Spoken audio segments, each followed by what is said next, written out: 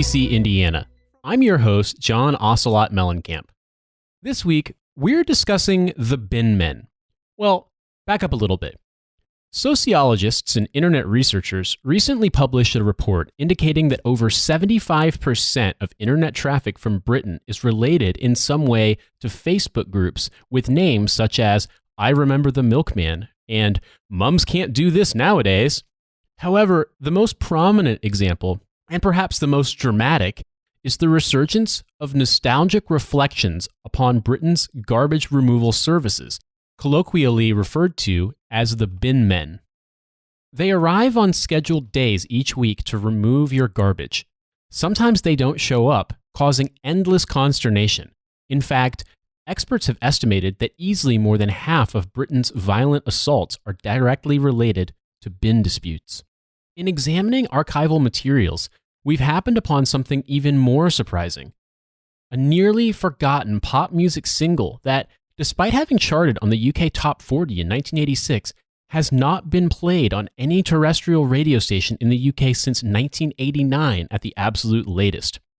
Johannes Vonk and the Clogheads' single Bin Man Rhapsody enjoyed a brief moment of success over 35 years ago, which would seem to indicate that this phenomenon, a fixation on a bygone time when the guys taking your trash out possessed superhuman strength and the honor of a Ronin, is an enduring one in Britain.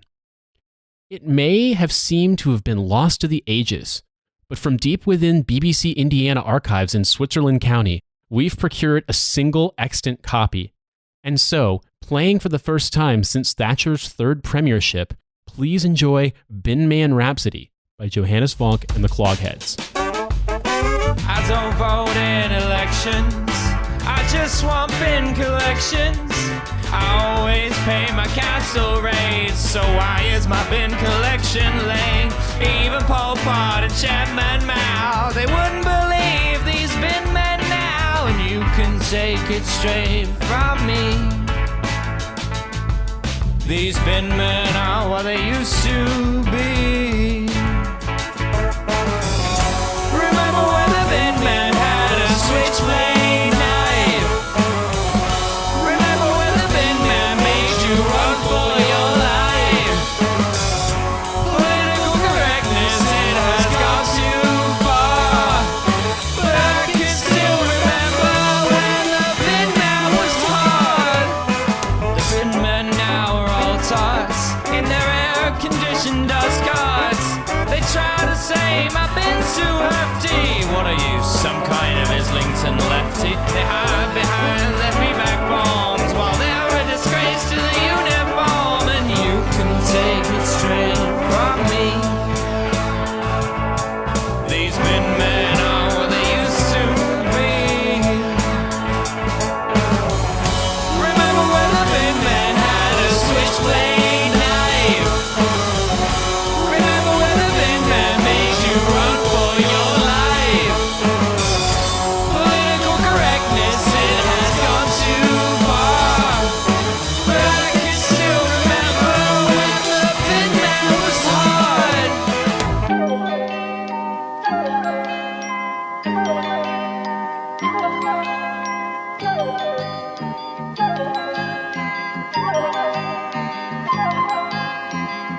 Hello and welcome to this free episode of TF. It is Riley, Alice, and Hussein and Milo. It's the free one. I was hoping I could buffalo you past that, but I once again did not.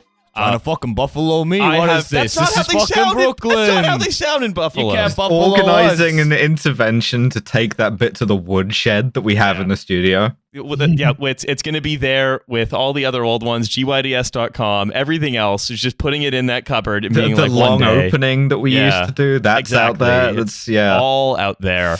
No, it is the free TF this week. It is the four of us, and we are here once again to talk about a few things. There have been some some doings are transpiring in that crazy little town of Westminster that sometimes I think is the fifth host of this podcast. As Laura Koonsberg called it, a very Westminster Village story, but very important. Interesting. Starring Hayden Christensen, but weirdly coming out in 2022. Like, how did that get made? Yeah, these Netflix Christmas movies, a very Westminster Village story. You know? Someone moves to the small town of Westminster and they have to like learn to love again before Christmas Day. But fortunately, this local lumberjack is also having been grieving the loss of his wife for some years. This is what's going to happen to Owen Patterson. Yeah. He's going to have to move to a little village called Westminster and then find love again. Yeah, Westminster, Newfoundland. They say that to Fred West. Westminster is just Minster. They do say that. That's right. It's also you could set a Netflix version update. Fred West burying people under the patio at the House of Parliament. You could. I'm saying you could set an update of what's that called, the Princess Diaries in Westminster, and just call it the Diaries. Fred West would absolutely be like a former Red Wall Tory MP by now, though. But he would have escaped disciplinary sanction. Crucially. Oh, yeah. But no, before we got some of that, we have a little bit of stories from Westminster Village, a few updates on the strike waves that I think are very interesting to do with the gig economy. And finally, we're going to be talking about a SoftBank portfolio company, or a potential SoftBank portfolio company, that is run by a group of none other than the British legend. Amazing. Yeah. A company where the CEO's main thing to do is post shirtless photos in Ibiza. He loves doing that. Nice. Great. I love that already. So we're going to have a lot of fun with that. So why don't we crack on? I wanted to start, though, by offering the TF salute to home buying platform Zillow. Salute. Which has managed to single-handedly drive up house prices in the United States by engaging in algorithmic buying of all houses in certain target areas, and then realize that houses aren't perfectly liquid, and if you have algorithmic buying for a non-liquid item, then your algorithms are going to be easily fucked with, and you will lose tons of money. Well, you don't want the house to Right. be entirely liquid. We talk about that a lot on my other podcast. Yeah, it should make it more rigid. That's Anyway. right. So Zillow has done a little bit of an OYO thing where they have massively jacked up the prices of houses for no reason and apparently to no benefit, including to no benefit to themselves. Awesome. Oh, it's the machine that kills Awesome. property markets. Yes, exactly. But Great, then, fantastic. but unfortunately, I think what the machine that kills hotels was much more methodically built and just chewed through sort of 2- and 3-star that hotels. feels like the Terminator. Yeah. For a 3-star hotel. Whereas Yeah, I feel absolutely. like with Zillow, what happened is it's more like when you put like NOS in a normal engine and the engine just chewed itself up right away. Yeah, Volkswagen Jetta with NOS. And now it's just covered in sort of rubble and sort of bits. And so, yeah, congratulations to Zillow. Once again, showing that if you just call something algorithmic management, presumably what's going to happen is in a long enough timeline, it will just catastrophically fuck up. Yeah, well, it's the AI that's told to make everything paper clips, but instead it's making everything houses that you can't buy. Yeah, of course. Yeah, well, it's either that or the Zillow algorithm will like turn all the houses on its platform into like the house that looks like Hitler. Oh, no. well, Yeah. What you should do is hack into the Zillow platform and just make it want to buy the house that looks like Dilbert.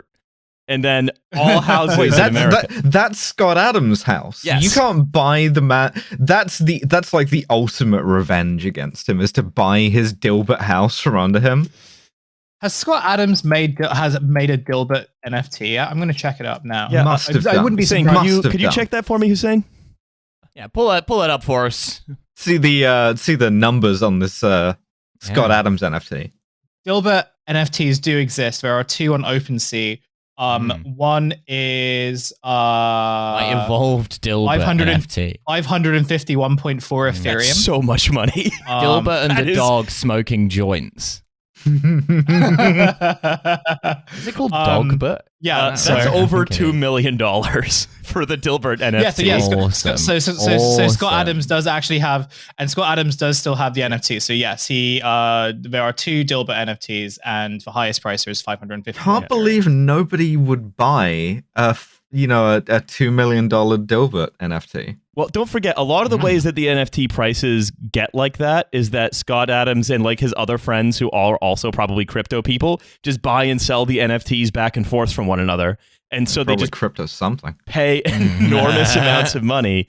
And so then all of a sudden, because they've both transacted for it at that price, it's quote unquote worth that. It's called wash trading. It's rife in crypto. Scott Adams and Elijah Wood have a group chat. Is it and, is that's it how they genuinely amplify called me. wash trading? Because if Yes. so, that's very much it's not money laundering. It's thinks of first two synonym wash trading. Yeah, it's really That's common. right. It's currency cleaning. That's a little. I actually. mean, it's not exactly what was happening with Zillow, but like if you know that Zillow will sort of buy anything up to certain tolerances, you can just kind of inflate the house prices of houses by just sort of flipping them through Zillow's system, because as long as they get purchased, then that's what they're worth. So it's a little bit like a wash trade by accident, Yeah. which is pretty Don't fun. be ridiculous. I don't know how to do laundry. No, I want to talk a little bit about Owen Patterson, though, this situation. So, for Americans who may not know who Owen Patterson is, I'm sorry Or for that me. that situation is about to come to a close. If you don't want to know who Owen Patterson is, turn off the podcast now. If you're waiting to hear the results for yourself because you've taped the game, then go ahead and skip ahead about 25 minutes. The big Owen Patterson game. Yeah. So, That's right. Owen Patterson is a Tory MP who has been, for the last couple of years, embroiled in a lobbying scandal because he was paid a bunch of money by companies that happen to have, one of which at least, has happened to have really benefited from government policy in the last couple of years. Yeah, he was paid £500 an hour to do nothing for a company called Randox. Yeah. And then Randox Oh, fuck sort of the COVID testing company. I've yes. used them. They suck. everyone's used them, even though they suck. Randox is the same company where the police had to quash a shitload of drug driving convictions because Randox had fucked with their forensic evidence. Okay, fine. Awesome. I guess Randox isn't all bad. Yeah, they're doing That's praxis. so but, Randox. The Yeah, drunk but driving so- praxis. Yeah. But so, yeah, they were awarded the contract for a shitload of COVID testing, including the COVID testing that you have to do to leave the country if you want to travel anywhere outside of the UK. Or return. So you have paid Randox if you have been out of the country, some substantial amount of money. And the reason they got this contract that they're shit at is because they had bought this one MP. Yeah, and that's what it cost, basically, was like half of £100,000 a year, and then all of a sudden, It's not even enough to buy a yeah. Dilbert NFT. Yeah, you get not even a little bit of one. You can't even get you can't even have Can't the even Dilbert get the boss NFT. guy with the conical hair for that. You can't even get like the Dilbert NFT for like a couple weeks a year on a timeshare basis, like the Cube for that. No, so basically, the Dilbert NFT is at a storage facility. You may visit it once a year. So what happened essentially is that he was in this disciplinary process because of it was basically uncovered. It was like you have very much fallen foul of the lobbying rules. He was about to be suspended, and so the Conservative Party said, well, obviously, if the rules were fair, he wouldn't have been suspended, and we know they're unfair because he was suspended. And then, basically, Chester J. Rulekiss that they are, the lobby press and That's a Labour weird Party name. have said, "Oh, you broke the rules. You should, you should live out your 30-day suspension from your fancy fake job." Anyway, there was a bit of a hue and cry about it, and now the suspension has been overturned, so it's now back in action. Yeah, because what the Tories wanted to do is replace the current useless disciplinary process with one that they controlled entirely. Yes. And this was a mistake to make against the pedantic might of Sir Keith Starmer. And I welcome the lobbying and the payments for the lobbying and the outcomes of the lobbying, but it should have been done through the correct channels. yes, that's sort of what he said. Oh, okay. Yeah. That's Great. more- He found a thing that he did not welcome, and it was the Tories controlling the disciplinary process. Yeah. So he has finally found, after God knows how many years of abject cruelty, something to oppose, and it's just marking your own homework. Yeah. What I would say to Owen Patterson is this. It's called corruption because it's co-ruption. It's not you-ruption. It's a ruption that all of us do together, and that's why we have to agree on the principles behind that corruption. Well, yes, Together. that is what the disciplinary process does, right?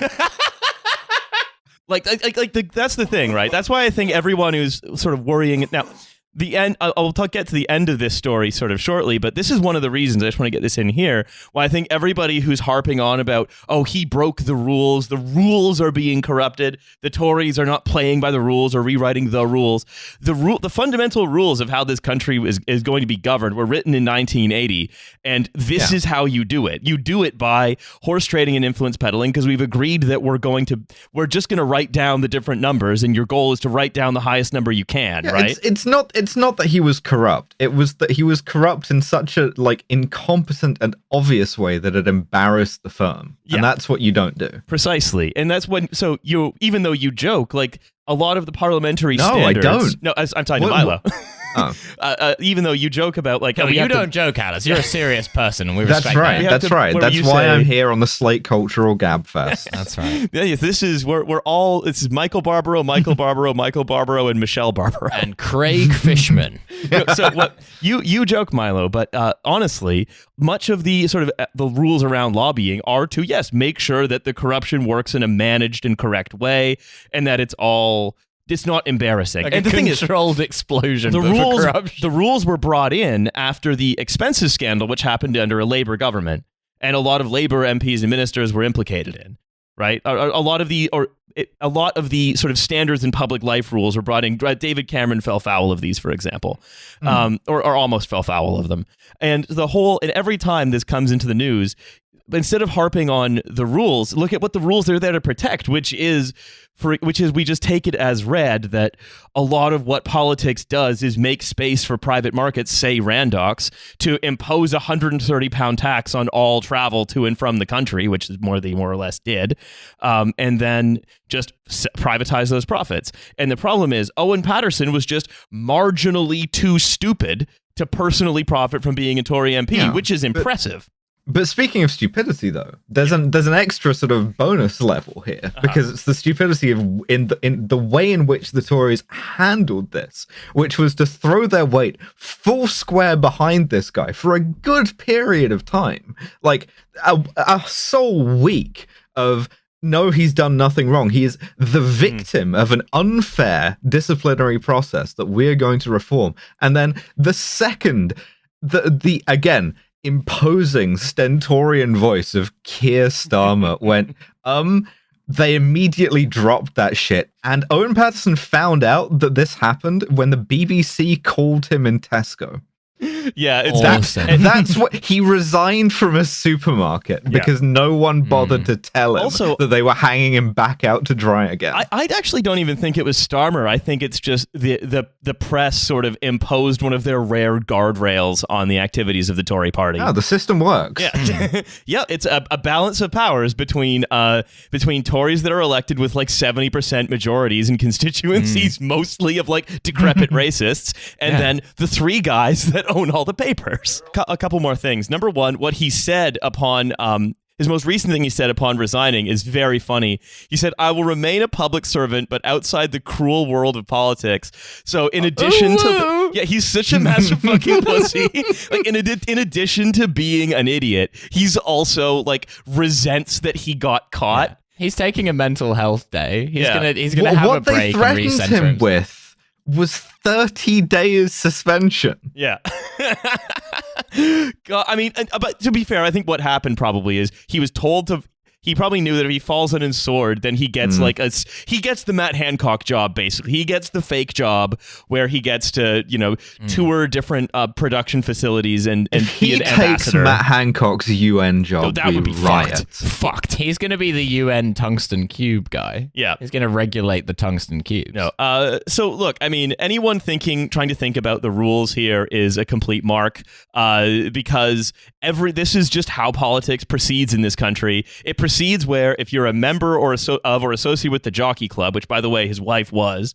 But what happened actually? Yeah. Is there nothing in this? Is there no corruption scandal that doesn't, in some way, go back to tiny men riding horses? It doesn't go back to tiny tables and chairs in the very small clubhouse. we could afford a Tory MP for sure. right? Yeah. Not Like, a good one, but we could No. get one. We get a red wall Tory MP who starts like fuck, why is my brain lobbying for us? I kept wanting to say libeling. I'm like, no, that's not the word. That's not think, Milo. No. Think. Yeah. Like lobbying for us to get special exemptions for podcast businesses. we could do that. You know, we get like a grant every year. We all get a plank for what we want. So you want less tax on BMWs. I want like BMW specifically, no other Yeah. cars. Death penalty for stealing the catalytic converter. That's right. That is right. To sign my petition. Yeah, I want the thing they gave Daniel Craig where they made him an honorary Navy commander. Yeah. Saying, what do you want out of our tame Tory MP? It's the Evangelion, isn't it? Yeah. Yeah. I mean, it always comes back to that, but Of course, I'm a man of principle. And You could probably ask for two things. I mean, yeah. Well, I know No, what to be I honest, want. I've always set my ambitions very low, so I think the Eva is kind of like it from me. Yeah. For me, it's purely just going to be like, I want lower import duties on shellfish, basically. yeah. You want specific like import licenses for fancy sparkling water. Or I want to like I really want to be a campaigner against the sort of river pollution that when they started doing, they went up in the polls slightly. And then that will improve the quality of Britain's shellfish. Okay, I have one thing that like feels mundane, but could actually probably like coming to think of it, could actually tear the country apart. Which is that I think pubs should serve coffee. Like, that was an all-round thing. I think that like I was out the other day, and I like for whatever reason I had to like go to a pub, and I wanted some caffeine, so I asked for like some Red Bull. There was no Red Bull. They had like the only kind of non-alcoholic thing that they had was like the J2O. So I was like, "Do you do coffee?" And the guy was like, "Yeah, we do." Like in this really sort of aggressive way, and I was just like, would it be too much effort if you made a cup of coffee? And he was like, yeah, it would be. And I just kind of Awesome. right. So that's my thing. I feel like pubs should. Oh, where's your poppy? Right. I feel like pubs should serve coffee, and like he should be the one to make them do it. Yeah. Okay. Well, I think we just have to pick our tame Tory now. Yeah, so if any Tory MPs are listening and you want to like offer your services in a discreet way, Yeah. You know what it is, right? It's like there's a couple more things to say on this, which is that his wife sort of tragically committed suicide a couple of years ago when this sort of was all kicking off, and his first response was by trying to hold me to even a minimum standard of behavior that's designed to facilitate the sort of strip mining of the country by me and my friends, you have caused my wife to kill herself. He's neuroatypical and a minor. That is literally what he said. I'm not going to use the my wife drop. I'm not going to use the my wife drop. I'm not. This is like a weird, like a different kind of wife guy. It's a kind of like. But I mean, is that not simply like the probably. It's like the most lowest thing you have ever heard. It's one of the most egregious things I've heard, and like every time I hear it, I'm just kind of just like, what the fuck? But what? Yeah. The audacity that like to come out with your fucking like notes app apology, and it's just the Homer Simpson writing down dead wife is just so fucking insulting. Say what you will about the curvy wife guy, he would never do that. He respects his wife even too much. Bean's dad would stoop to that level. But also, like, it's how on. I think it goes back to his statement after he quit, right? Which is just all of this is a massive imposition to him, and the entire world is against him. He's climbing up on his cross. But what he's actually done, right, is he is dealing from the bottom of the deck in poker, but he forgot he was playing poker. That's what was happening. I'm surprised he didn't reference David Amos. I'm surprised he didn't go, I am being terrorized and frankly murdered. What if by Keir Starmer stabs me to death? Or like the cancel culture stuff, which like is a catch-all for so many things. I was waiting for him to take that angle, and he didn't. There's the woke culture warriors of the standards committee. Yeah. Well, here's the thing. They canceled Joseph Fritzl, and now they're trying to cancel me. Here's well, it's thing. not happening. I was wondering when you would work that into an episode. Yeah. Here's the thing: is saying there's a lot of days left and a lot of column inches to fill. Let's watch the Telegraph and see what they say. All right. Another thing I wanted to talk about as well. A little bit more on sort of strike actions and gig economy stuff. Instacart in the States, the Gig Workers Collective has called for a boycott, which I think meshes quite nicely in how and why they've done it with our discussion about GoPuff last week, or on the bonus episode.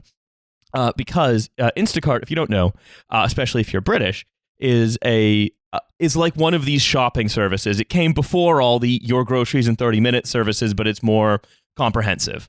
Where what happens is someone goes to a normal shop for you that's not like one of these Gorilla's hell warehouses, and then just picks a bunch of stuff out for you and brings it to you. And there's a whole genre of Twitter post of like sort of urban liberals being like, when you get a man Instacarter, they always replace stuff with the wrong things, and fantasizing about beating their servants. Yeah, that's why I want a gorilla.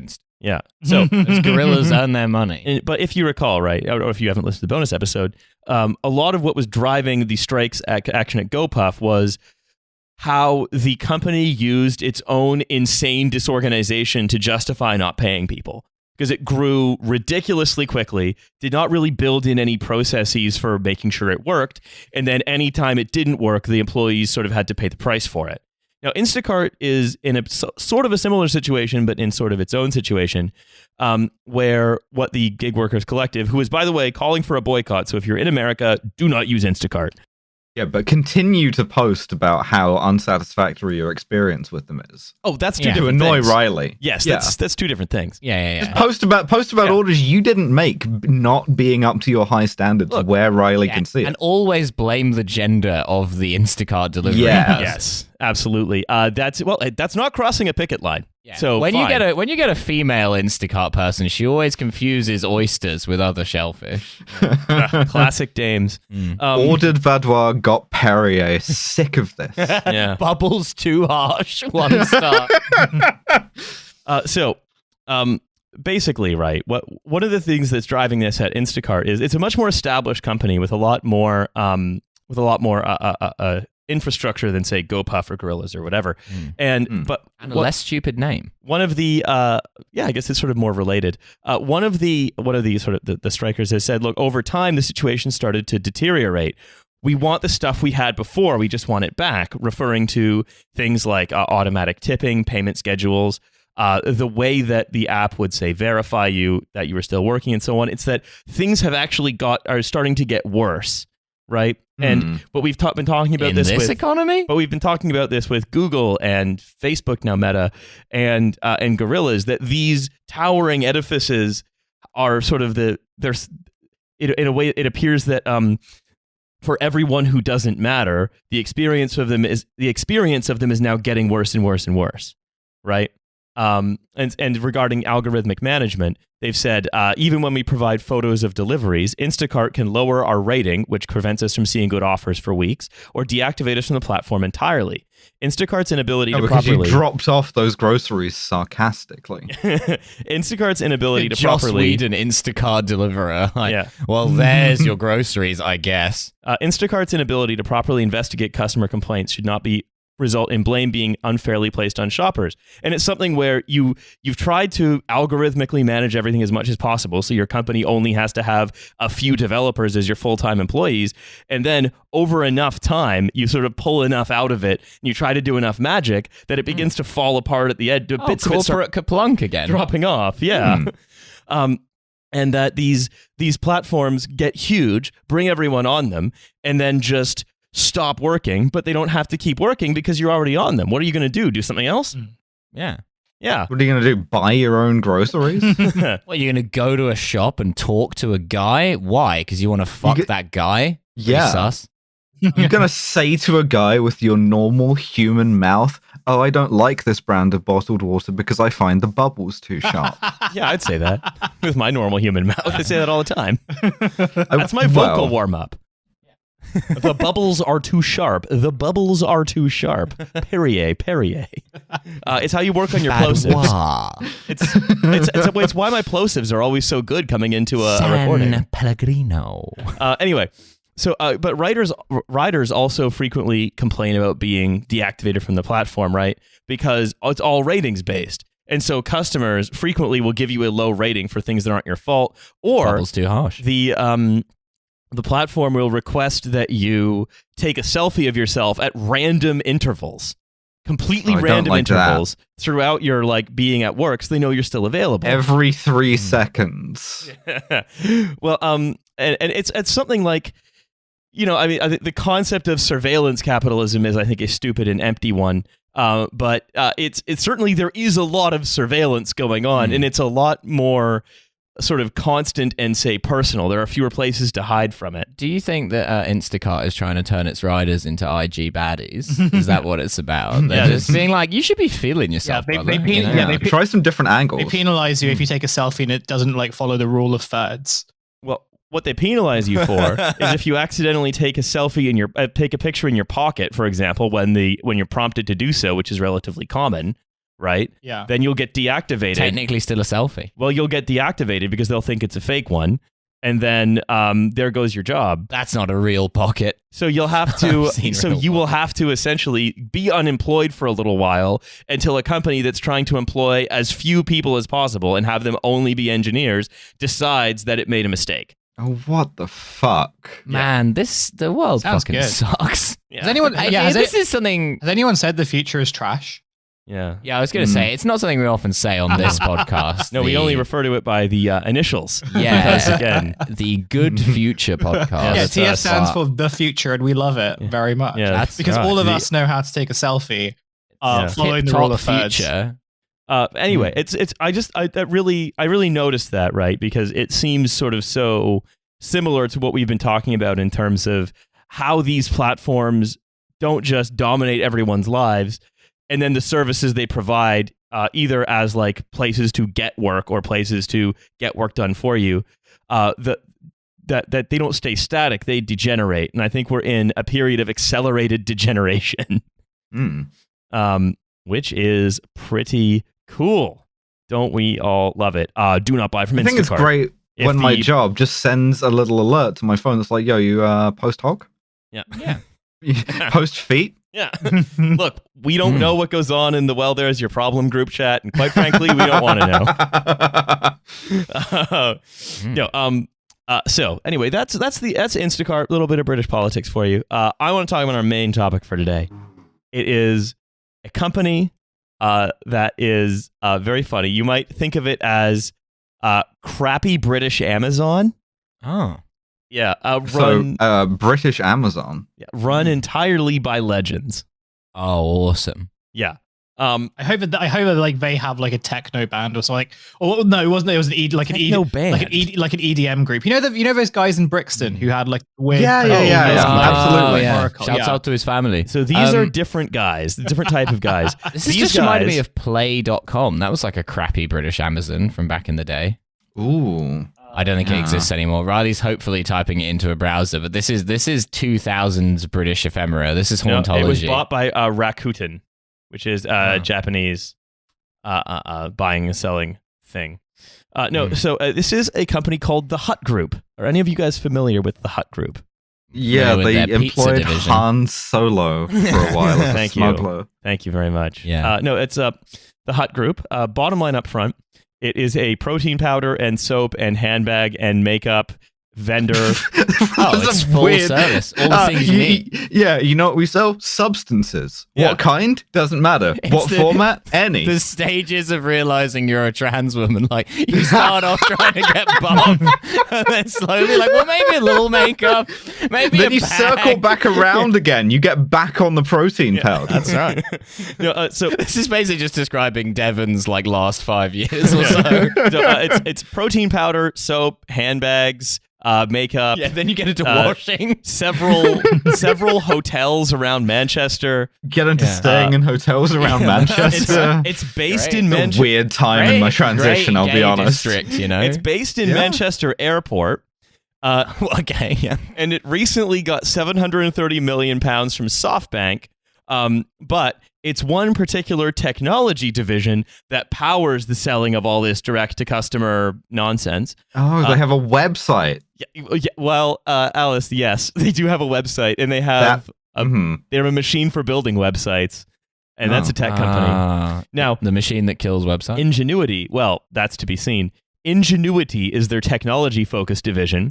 That, and it's what it's supposed to do is bring brands into the direct-to-consumer space. So direct-to-consumer basically is like you can go to Coca-Cola.com and order a personalized thing of Coca-Cola that says, Milo or, Banff or whatever on it. MILFs, whatever. Yeah, you could order a Coca-Cola that says share a Coke with a MILF if you wanted to.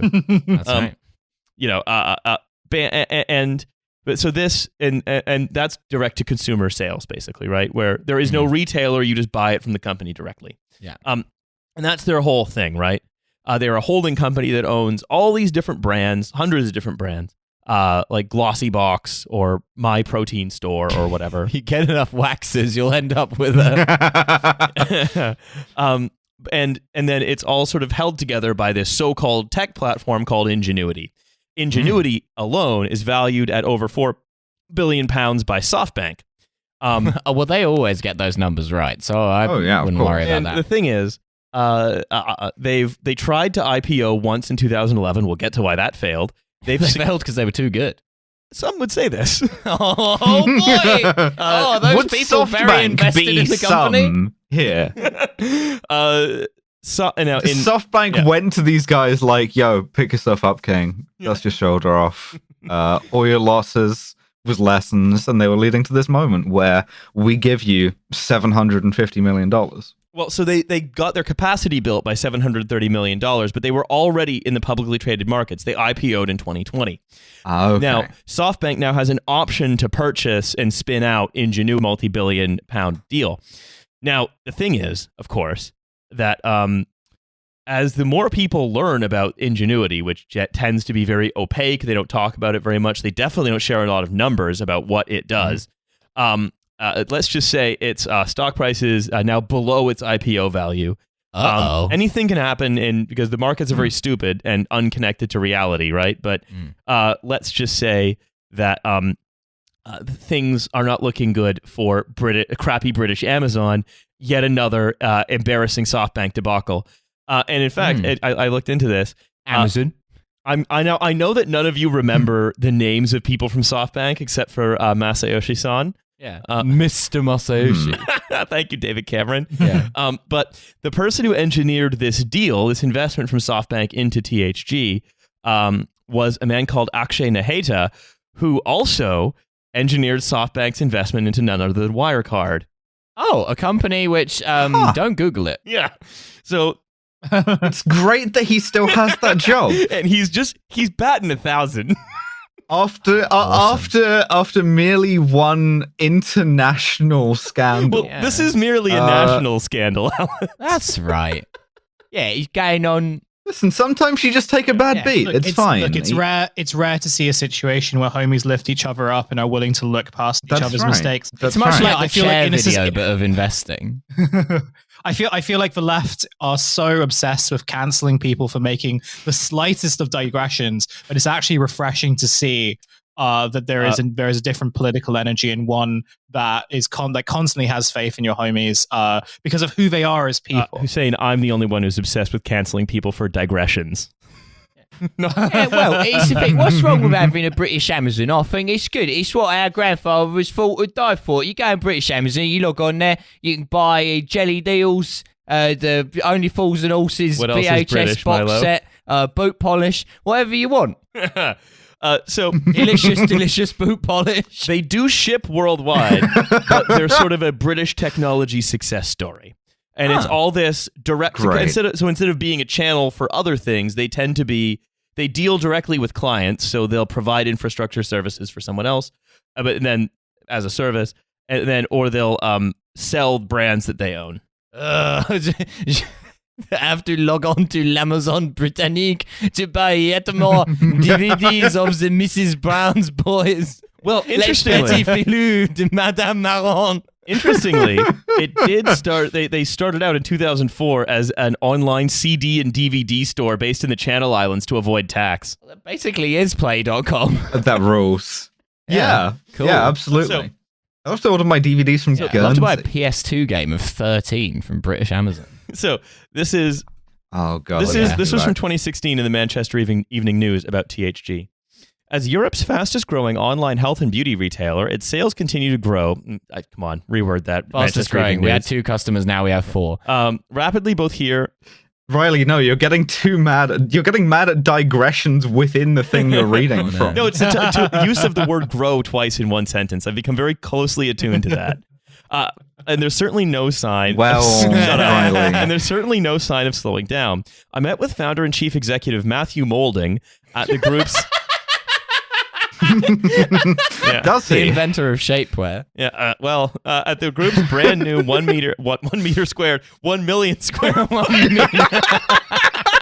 The group's Matthew Moulding rises from this box. Matthew Moulding Come, join is in me. some sort of like illegal under the Geneva Convention solitary confinement. God damn it. Matthew Moulding, who pisses, shits, and shaves out of one bucket. Oh, Christ.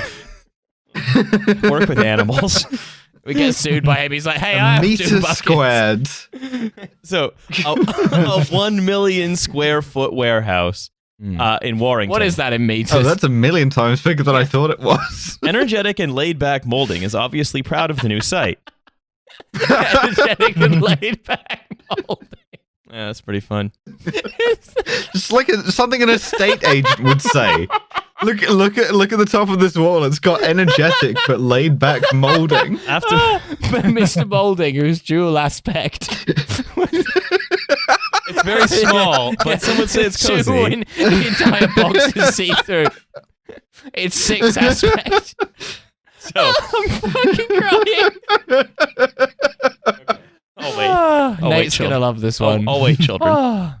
So, they say it's created 1,000 new jobs for local people, and with plans for the business to grow further, there will certainly be more jobs on the way. With such impressive growth, I'm keen to know what he puts his success down to. City on the grow. So this is basically like Mr. Burns writing his own campaign questions. Yeah. But I think it goes to show as well, right? Mr. Moulding, how did you get so good? Well, yeah, more or less. That's the only way that THG has really ever been covered. And because it goes to show, right, that client journalism isn't just something you do for Number 10. It's something that's it's rife within the business press as well, with how business it's covered in a very fawning way. And that's also, a lot of that has been involved in both Warrington and Trafford councils loaning THG a combined £1 billion, or £250 million rather, or so over the years in order to keep expanding. British Indiana, it's exactly the same thing of funding a big scam factory that comes to town and promises you that it's gonna bring a shitload of jobs. So the thing is, right, is it actually does do the things it says it's going to do mostly, right? So, for example, it is a place that sells makeup, and it sells the makeup it says it sells, and it's thought of as being pretty good, right?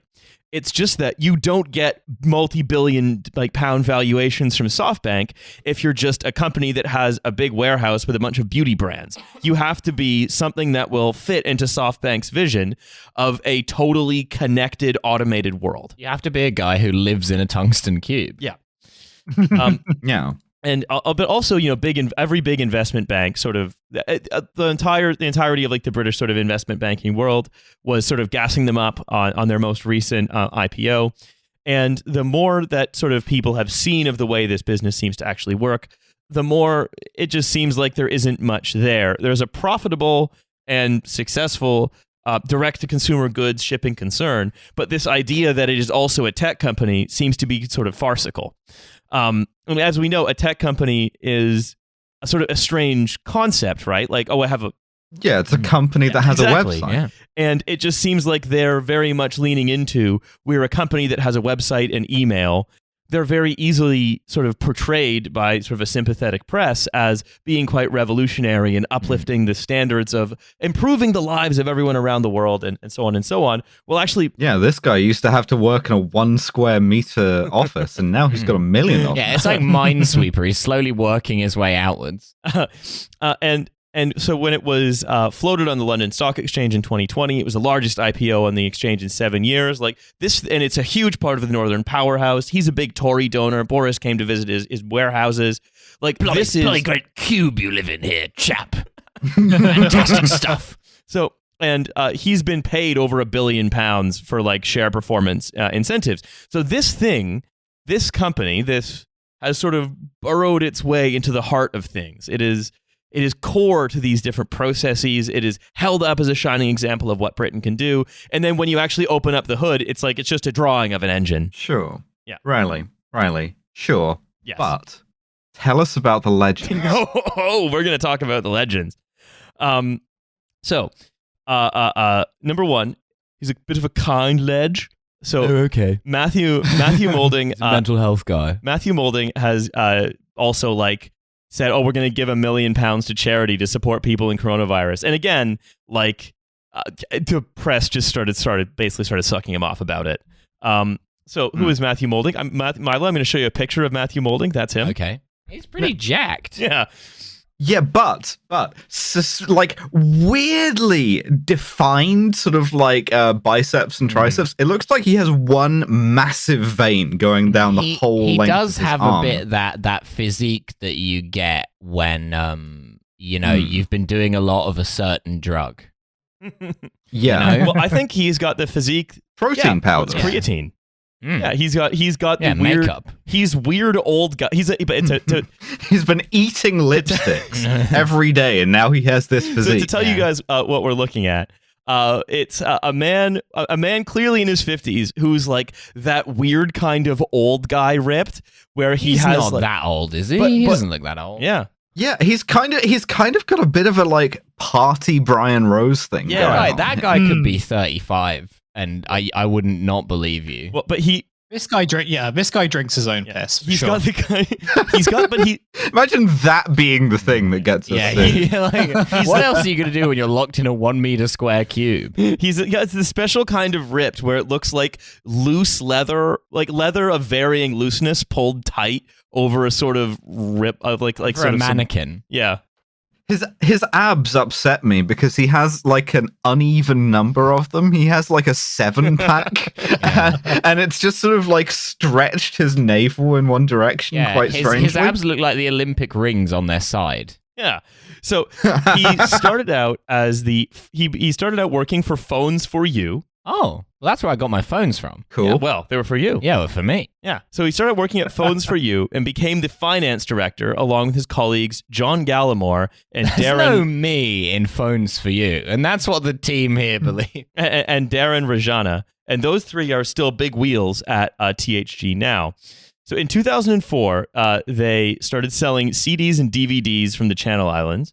But then in 2009, they were ranked number 1 in the Sunday Times Tech Track 100 and had not just owned thehut.com, but which now offered a broad range of lifestyle products such as clothing, beauty, entertainment, and electronics. It also required other sort of British brands that sound like onomatopoeic, such as Zavvi, for example, and transformed Zavvi. into a thriving leisure and entertainment-focused online-only retailer. Now, things did not always go smoothly at THG. They intended to float in 2010, and here's a little more legendary behavior for you. After it was sort of shown that they had massively inflated their EBITDA, sort of like giving themselves a higher sort of valuation by the markets than they sort of deserved, the judge in the case didn't charge Darren Rajana, but said, quote, "I find that Darren Rajana has allowed some responsibility for an atmosphere within the finance department which has allowed fraud to flourish. As an example, Rajana's conduct was criticized in that judgment, including, quote, a bonus of £50,000 had been awarded to Mr. Rajana, but was paid into the financial controller, who was fired, bank account to hide it from Mr. Rajana's wife, from whom he was undergoing a divorce." Awesome. Yes. Awesome. Perfect. Yeah. So just a company, a British Amazon run by divorced Ibiza guys. I wasn't defrauding the shareholders. I was defrauding my Yeah. wife. If that's a crime, then lock My me wife. up, okay? My wife. So You know, I do have that on an actual might as drop. well just say it. My wife. The other thing is, in addition, right, because these guys are proper legends, in addition to their things like My Vitamins, My Protein, or like My wife. My Skin Store or Look Fantastic or these other various Skin store? it's all makeup and skincare Oh, stuff. okay. I thought it was going to be like for serial killers. Still weird. They also have decided to like buy a bunch of luxury properties, such as the Hale Country Club in Cheshire or King Street Townhouse Hotel. So basically, they also own all of the like places in Manchester where footballers go to cheat on their wives. Yeah, That's right. It's Yes. pretty cool.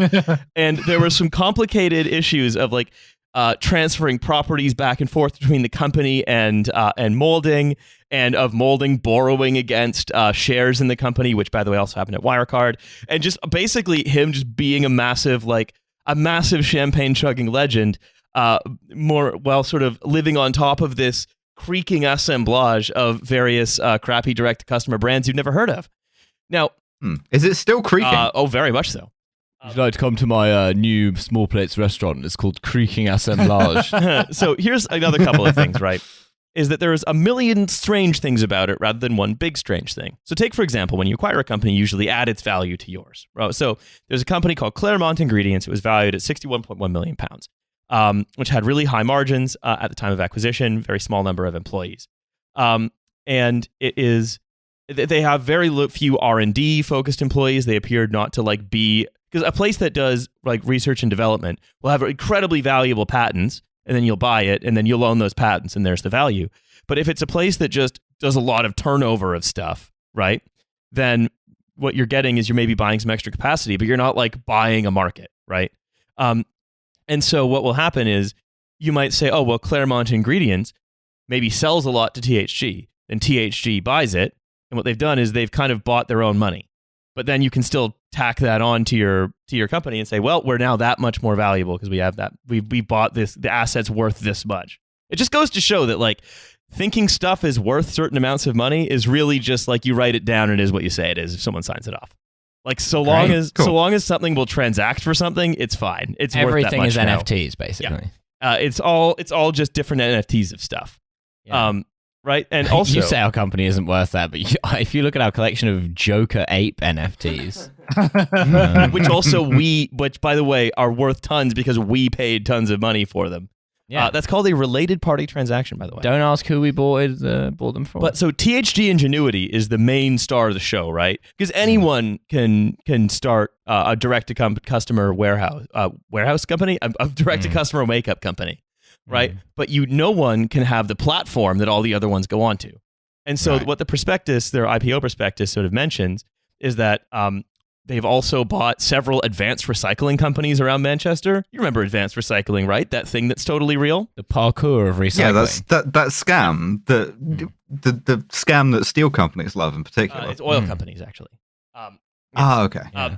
Now, Podcasters hate. I haven't looked into these exact advanced recycling companies, but they are like advanced plastic recycling companies. A carbon offsetting platform. Oh, awesome. Aero Films, for some reason, which they're Aero using. Films as in erotic. Like the cult film studio based in the UK. Oh, Arrow, right, as in, okay, right, Yes. I got you. Yes. Yeah. I thought he was getting into porn, because that would have been exciting. Yeah. I would have respected But that. all of this comes together, right? Because he's like, okay, well, we want to take all of these different discrete small companies, stitch them together into one big tech offering, and then just say, well, we're bolting this capability on and bolting that capability on. And much like these companies that grow wildly through being invested in, if you just be like, well, you work for me now, you report to this guy, then what happens is this, again, weird creaking assemblage of different businesses that have just been like thrown together like a snowball. And then you just plaster the word tech company on it and then hope that SoftBank buys it. Which they've shown every willingness to. Correct, yes. And they've still said, Great. even after it's taken an absolute pounding in the markets, they're still saying, yes, we're still willing to do it. I assume because it's like an end zone dance, or they're just like, we don't need the money. We just want to force everyone to use this crappy product. It's a Brewster's Millions style situation. Yeah, I mean, that's just really the best way to explain SoftBank. Yeah. But To also, quote Jeremy Corbyn, we're back and ready to do it all over again. and right, it's because like SoftBank's vision, of course, is they want everything to be direct to customer, and Ingenuity says we can manage every element of that relationship. We can make your website, we can localize it, we can handle your billing, fraud protection, warehousing. We can do your influencer marketing, which is like how he originally started the platform. Yeah. We can actually bring your influencers into our big warehouse and use and like do all their little movies of them using whatever direct to customer product And you then want. afterwards, we can help them cheat on their wife. Yeah, that's right. And that's basically what they say, right? So how you turn a sort of relatively successful direct to customer marketing company like THG into a tech company is you start launching websites internationally. So you're just like, okay, well, I'll sell Skin Market or whatever. You can now buy that in Vietnam. And then you take that website national and you do all the, mishigas related to making that happen. And then they'll do is they'll start working with someone. Say, for example, in 2018, they used this thing called Language Connect to translate their services, right? Then they bought it, rebranded it as something called THG Fluently, and now it's part of the THG offering. And all of a sudden, this little office of translators in South London is now part of a tech company for some reason. Well, isn't this also a sort of consciously trying to ape the shit that Google does? Yes. Where it just, if it doesn't have a capability, it just buys a company that does. Yes, correct. And so it creates Google Translate. But I'm assuming the quality here is much, perhaps cynically of me, worse. It would seem potentially that a bunch of legends have sort of created an organization that is somewhat worse. Yes, because I think in no small part because it's British, and so it's got to be a bit crap. Don't like it. There's the door. Don't like it. We've bought the door so we can show you where it is. Love me film. Love me warehouse. Hate me wife. because so much of it is just done like, oh, we've bought this thing, rebranded it, and now we've stuck it on to all these other things, right? And they've said, and they love to talk. Oh, well, our clients include Coca-Cola and Nestle and Procter and Gamble and Walgreens and Disney and Microsoft and all this. These things that would love to go direct to consumer but can't really. But then if you actually look at what they're doing for some of these organizations, it's much less impressive. So like, for example, are they working with Coca-Cola? Yes, they are working with Coca-Cola, but only to sell the MILF Coca-Cola. Awesome. Only to sell cans of Coca-Cola you can write MILF on. For years, for example, people have been drinking Coca-Cola, but it was not accessible to one group, MILFs. Today, that's going to change. And so, or like Toblerone personalized, right? Like, Imagine Dragons begins playing as Don Draper announces that you can get personalized Toblerone. Or like they've announced lots of partnerships where like just the websites never materialized or stuff like this. But like with your name on it. The only funny thing you can do with one of these is order the name of the thing spelled wrong. Like share a Coke with Conk or order a Toblerone. Right? Once you've done that, and I don't deny that that's funny, right? But once you've done that, funny. you're never going to do that again. Yeah. So it's kind of a self-limiting market. It's like how many customers? So you can ask like. We've created this illusion for ourselves, right? That these great British startups are going to do all these wonderful things, but really, this is just sort of a sort of a tax dodge CD company that sort of kept on convincing people it was more than it was, until now. It's like it's now being looked at like the next Google or whatever, and just absolutely is sort of fucking up at every turn. Should we do a direct-to-consumer design your own Trashfuture shirt where we give them a basic format and then they can type in something like, what if your Toblerone was a MILF? Yeah, what if that? And then all get a solid gold house because the hogs love it so much. And I mean, and the other thing is, right, it's another classic British thing. All their reviews on Glassdoor, which is where you can go to review like professional jobs or whatever, were like, which they also own. We're like 1 star until about 2020 when they started asking their leaving employees, please leave us a good review on Glassdoor. But so this is from before they started asking that. They said, and this employee said, departing, THG is not a tech company, no matter how hard it tries to badge itself as one. Most of what they claim is hot air, and it's all exaggerated promises which it can't fulfill. THG is really only an online retailer that figured out it could make its a few extra quid selling its poor excuse of a tech infrastructure. So this is stuff like data centers and like low value add stuff as well, like payment processing if you're not already one of the big payment processors, or infrastructure if you're not already Amazon. It's like this, it's like this, or like these things that are sort of so low value, but what you've done is you've done all of them kind of crappy, more or less. Because you're a British business. So this goes on to other companies and pretend it's an expert. The company constantly talks about how ambitious, innovative, dynamic, and leading it is, which becomes quite laughable when you see it from the inside. Ambitious, yes, but capable, no. a tech company without any systems or processes, which can barely deliver internal demands, let alone service external companies. This is a company run by huge egos with "I want more stuff" attitudes. Well, yeah, because you're basically saying we have this barge of crappy services, none of which we've done particularly well, but which we do all of. And you're trying to go to Coca-Cola and be like, hey, can you give us your entire infrastructure, please? I want to be able to order to Bobla Coke. Yeah, exactly. and I mean, I think like it's where Britain. It's the kind of business that we generate, certainly, because we've entered into the.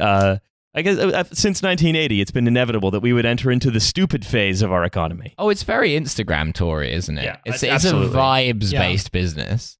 It's the perfect business that will eventually get an office in the Alien Dick building. Oh yeah, well if it gets approved by Michael Gove, of course. Yeah, the big ovipositor that they're building. Which we're going to find out Central London. on Remembrance Day. We're going to find out if that gets approved. Awesome. Ooh. Yeah. Awesome. What better way to remember the fallen than to find out whether or not London gets a big new penis? Change it from a tulip to a big poppy in honor of Remembrance Sunday. Oh, So God, they'd go for that, wouldn't they? the review concludes, I'm convinced that quite soon a big company that uses ingenuity will realize that they've been sold a pipe dream and it will come crashing down. There's countless promises we made to you as an employee too. You've been told so many times about the exciting and great things that will be available soon, but nothing ever materializes. I think it's a house of cards that will one day crumble under the falsely inflated promises it's made and which can't actually support.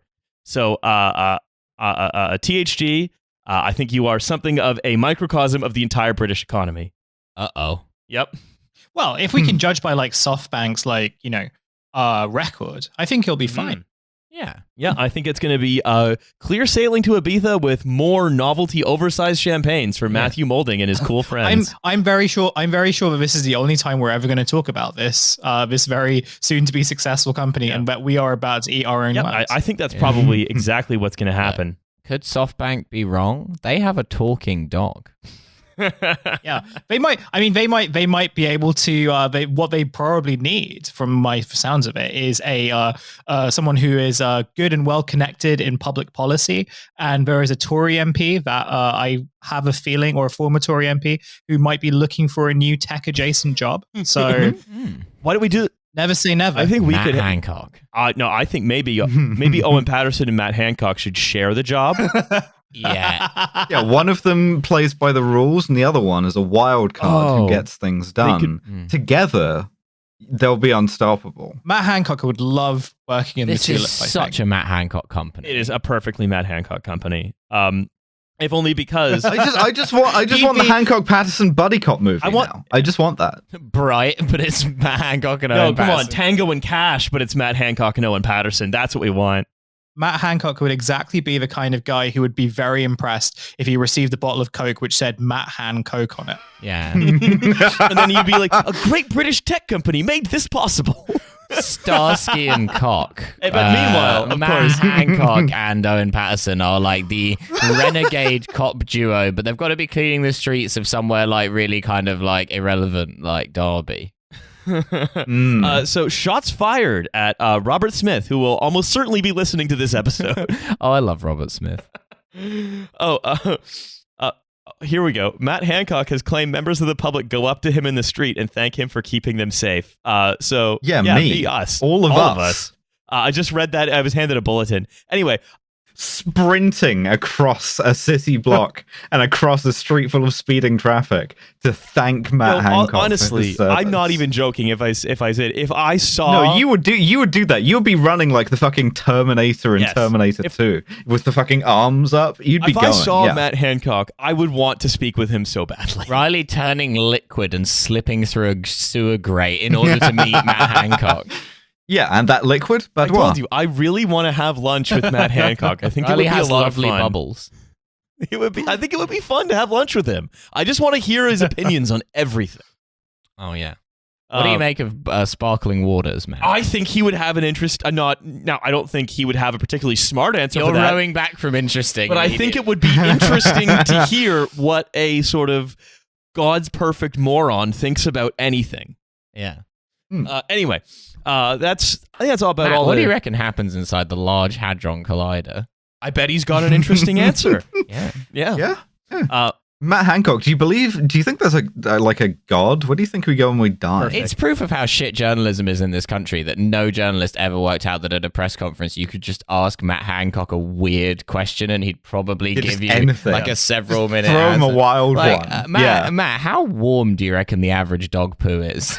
Yeah, he'd be so flustered. Matt, how close do you think you could get to the surface of the sun? Matt Hancock, how long, if I give you a paperclip to trade, how long before you could get it up to a house, and what would be your strategy? Matt Hancock, sell me this pen. Oh, yes, perfect. Oh, yeah. Amazing. No notes. That's the question to ask Matt Hancock if you meet him. Perfect. Ideal. Yeah. Owen Patterson could lobby you to buy that pen. I don't care about what Owen That's Patterson true. thinks about anything, because he's just an idiot. He's not God's perfect idiot. No, exactly. No, He's no. a less interesting idiot. Exactly. He doesn't have the perfect spaniel brain. Yeah.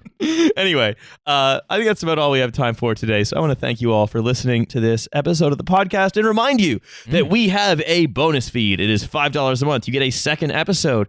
This week, we are going to be talking about Brewdog and the bonus. So do check that out. Also, I am going on tour this month. On the 23rd, I'll be in Do you want to see Birmingham. Milo's car? Yeah, do you want to see my car? Fuck the show. Come for the car. Leave before the comedy. 23rd, Birmingham. 24th, Liverpool. All the dates are selling very well, except Liverpool. If you live in Liverpool, please come to. It's the biggest venue of the one. You've got to stop posting photos of yourself reading The Sun with a giant grin on your shit. face. You got to stop doing that. It's your love of page 3 girls that I think is causing this. That is right. Lucy Pinder has blacklisted me in Merseyside. The 25th, Manchester, and on the 26th, Nottingham. If you're in Manchester, I would buy a ticket like now because that one's almost sold out. Well, here's the thing. It's This the is smallest venue and it's the one that's selling fastest. It's the most monkey's paw tour. Why don't you just cancel Manchester and Liverpool dates and get the biggest venue in wherever's between them? Wigan. Yes, there you go. Yeah, equidistant. We're doing it in fucking Wigan. Yeah, perfect. No notes. Yeah. I have a live show. Oh. Tuesday. Yeah, I have a live show if you're listening to this. Experience. Yeah, Star of Kings. My 10K posts. Me and Phoebe Roy, who is also on Masters of Our Own Domain. We are doing no the one first else is. 10K post mini live show. At the Star of Kings. It's at 10 p.m. It's a free event, so you can rock up, but like I would say, rock up early. And if you're very And nice often. and you're not weird, I will write you a handwritten post. Cool. Sounds good. Handwriting a Donald Trump classic. If you find me on That's the right. street, I will hand figure you out a Bitcoin. I will. Riley will handwrite you a description of the perfect sparkling water bubble. No, well, I think I'll just like I'll do like I'll work out a little hash by hand, and then I'll hand you that piece of paper, and then you can cryptographically verify it. There you go. Yeah. It's a little one-time pad that you can spend. Thanks to Exactly. an NFT of a bottle of Badwar. Anyway, we'll see you all soon. Milo and I are very hungry and have to eat. And Alice, you have to eat. And Hussein, we all have to eat as normal humans. Yeah. Yeah, I actually do. Actually, I've got some food in the oven. Yeah, Classic we're human all activity. normal humans. We consume sustenance and then excrete it. Consume the meat. Yes, That's we are. right. It's very relatable of us. We are consumers in the sense that we consume food. Yeah, Absolutely. All That right. is Bye, right. everybody. Bye. Right. I don't vote in elections. I just want bin collections.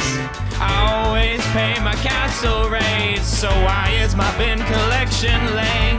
Even Pol Pot and Chairman Mao, they wouldn't believe these bin men now, and you can take it straight from me. These bin men are what they used to be. Remember when the bin man had a switchblade knife? Remember when the bin man made you run for your life?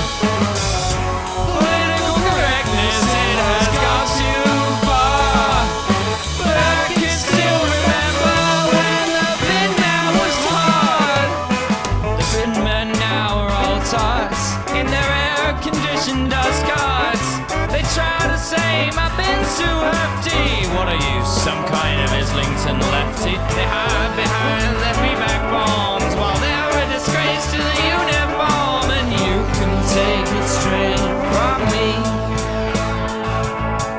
These bin men are what they used to be. Remember when the bin men had a switchblade knife? Remember when the bin men made you run for your life? Political correctness, it has gone too far, but I can still remember when the bin man was hard.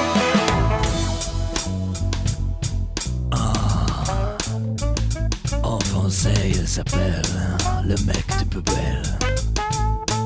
Il y a longtemps, ils étaient durs, mais maintenant, ils sont tous. Qu'est-ce qui s'est passé? Où est mon Willy Bean, monsieur? Où est les collections?